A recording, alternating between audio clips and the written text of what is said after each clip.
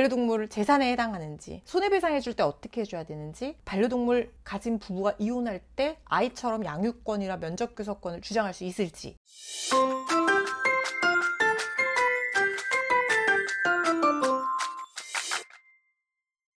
안녕하세요. 알려주고 파헤쳐주는 알파 변호사 허주연입니다. 오늘 저희 주주를 제가 특별 출연시킨 이유가 있어요. 오늘 얘기하고 싶은 거는 반려동물에 관한 문제예요. 반려동물의 법적인 지위. 예를 들면 반려동물 재산에 해당하는지, 손해배상해줄 때 어떻게 해줘야 되는지, 반려동물 가진 부부가 이혼할 때 아이처럼 양육권이나 면접교섭권을 주장할 수 있을지, 이런 거에 대해서 한번 얘기를 해보려고 합니다. 반려동물은 사실상 우리 지금 현행 민법으로는요, 재산, 그러니까 물건이에요. 얘가 생명체긴 하지만 법적 지위는 아이 같은 그런 생명체가 사람과 동등할 수가 없어요. 그래서 지금은 아직까지는 물건으로 보고 소유권의 대상으로 보고 있습니다. 그런데 반려동물 교통사고가 나서 손해의 치료비를 물어줘야 되는 상황이 있을 수가 있어요. 그런데 우리 반려동물 입양비가 분양비를 안 받는 경우도 있고 그냥 데려오는 경우도 진짜 0원인 경우도 있고, 반려동물을 처음 데려올 때 비용이 드는 경우도 있을 수가 있죠. 뭐 몇십만 원부터 많게는 몇백만 원까지 그렇게 드는 경우도 있을 수 있는데, 그러면은 만약에 반려동물 교통사고가 나서 내 반려동물이 다쳤어요. 근데 치료비가 한 500만 원이 나온 거예요. 근데 이 반려동물 데려올 때 나는 30만 원 정도밖에 분양비를 내지를 않았어요. 그러면은 법적으로는요, 어떻게 되냐면 원칙적으로는 대물배상으로 들어가요. 근데 대물배상의 법리는 어떤 거냐면, 불법행위로 물건이 만약에 훼손이 됐을 때 수리나 원상회복이 가능한 경우에는 그 비용을 물어주는 것이고, 원칙적으로 물건의 수리 비용은 그 교환 가치를 넘을 수가 없어요. 그러다 보니까 반려동물 치료비 500만 원 나왔는데 반려동물 만약에 새로 분양하는 데 드는 비용이 500만 원이 안 된다 그러면은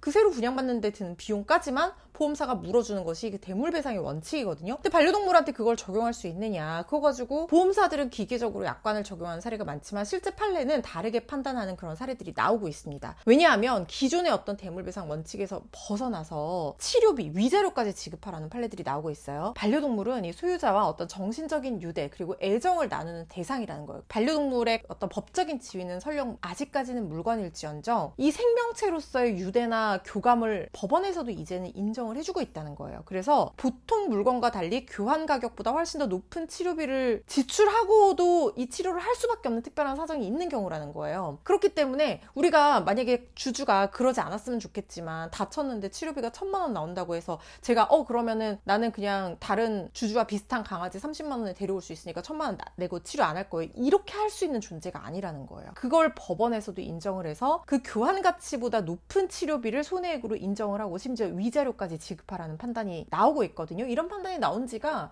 이거는 제가 알기로는 대전에서 2018년에 나왔던 판단으로 알고 있기 때문에 거의 뭐 이제는 6, 7년 되었습니다. 그래서 최근에 나오는 판례들은 훨씬 더 그런 것들을 적극적으로 인정하는 어떤 그런 경향이 있고요. 그리고 법무부에서도 동물은 물건이 아니다, 민법의 그런 근거 규정을 마련하려고 하고 있고, 특히 민사 집행을 할 때 압류를 하잖아요. 근데 물건의 압류를 재산의 압류를 하거든요. 반려동물도 압류 금지 대상에 추가하기로 하는 그런 움직임들도 지금 일고 있는 상황입니다. 그러면은 이런 경우가 있을 수 있어요. 최근에 이제 어떤 사건이 있었냐면, 남친과 여친이 사귀었어. 근데 여자친구가 강아지를 분양을 받은 거예요. 근데 분양을 받고 이 강아지를 수시로 남자친구한테 맡겼어요. 그러니까 뭐 거의 뭐 공동 육아를 6견을 하다시피 한 거죠. 그런데 남자친구 엄마가 강아지를 되게 좋아하는 분이셨나 봐요. 남자친구 엄마도 왔다 갔다 하면서 같이 이제 남자친구한테 맡겼으니까 같이 강아지를 돌봤다는 거예요. 그런데 여자친구가 이사를 가게 됩니다. 3년 정도 그렇게 지내다가 여자친구가 이사를 가게 되면서 강아지를 키울 수 없는 환경이 된 거예요. 그래서 아예 남자친구 집에 강아지를 데려다가 맡겨요. 그리고 거의 또다시 3년 가까이 남자친구 엄마가 막 애지중지하면서 강아지를 너무 예쁘게 키우신 거예요. 그런데 이 둘이 헤어진 거죠. 그래서 헤어진 여자친구가 남자친구 집에 가가지고 억지로 강아지를 데리고 와버려요. 그랬더니 이 엄마가 화가 난 거예요.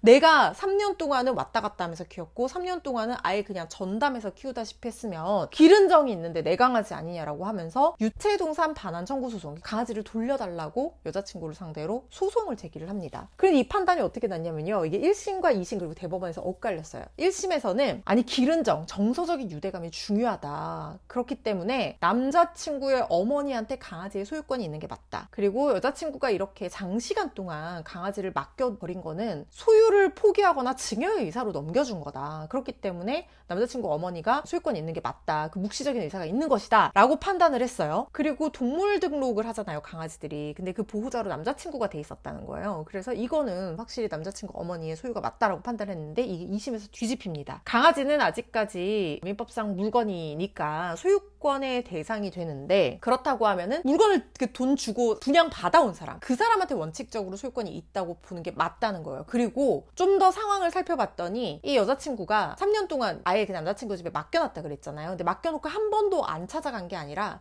계속 강아지 안부도 물어보고 사진도 보고 가끔 가서 헤어지기 전까지는 가서 만나기도 하고 이런 식으로 강아지를 같이 계속해서 관심을 가져왔다는 거예요. 그렇다는 거는 이거를 소유권을 완전히 포기했다고 보기는 어려운 사정이라는 거죠. 일시적으로 맡겨놓은 곳에 불과하다고 본 거예요. 그래서 강아지는 이 여자친구의 소유다 이렇게 2심에서 판단을 했고, 그리고 동물등록제는 만약에 강아지를 잃어버렸을 때 그때 보호자를 찾아주려는 것이지 이거 자체로 소유권자를 확인하는 어떤 그런 뭐 등기 같은 게 아니다라고 본 거예요. 그래서 동물등록제 보호자가 남자친구로 되어 있다는 사정도 여자친구가 소유권이 없다고 볼 수 있는 근거가 될 수는 없다라고 판단을 했어요. 그래서 결국에는 이게 대법원까지 가서 확정이 됐고, 이 강아지는 최초 분양받은 여자친구의 소유로 판단이 났습니다. 그게 최근에 굉장히 재미있는 그런 판례였고, 근데 이거는 단순히 최초 분양받은 사람이 여자친구였기 때문에 여자친구의 소유권이 있다고 본 게 아니라 맡겨놓고서도 계속해서 이제 유대관계를 이어왔잖아요. 그렇기 때문에 아마 여자친구 쪽에 더욱더 권리를 주장하는데 힘을 실어준 것이 아닌가 이런 생각이 들고요. 최근에 이혼 사건 하면서도 부부가 같이 강아지를 분양받아와서 키우다가 이혼을 하게 됐는데 둘 다 너무 사랑하는 거예요, 강아지를. 그러면은 이 주 양육권, 강아지 양육권을 누가 가져갈 것이냐, 이게 다툼이 되는 경우들이 꽤 있습니다. 어쨌든 민법상 강아지는 아직까지 물건이기 때문에 이게 뭐 우리가 물건 같은 경우에는 어느 한쪽이 재산을 가져가면은